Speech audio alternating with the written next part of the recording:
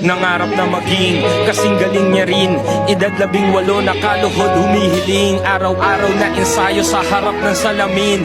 Walang abiso ang isang bagyo na parating. Sisikat ba ako? Yan ang tanong ko sa sarili. Sa dami kong sablay, doble ng bilang sa daliri. Wala pa sa taas, ang dami nang nanggalaite. Panahon na kung sinong matibay ang mananatili. Ulit-ulit ang damit dahil wala pa akong aret.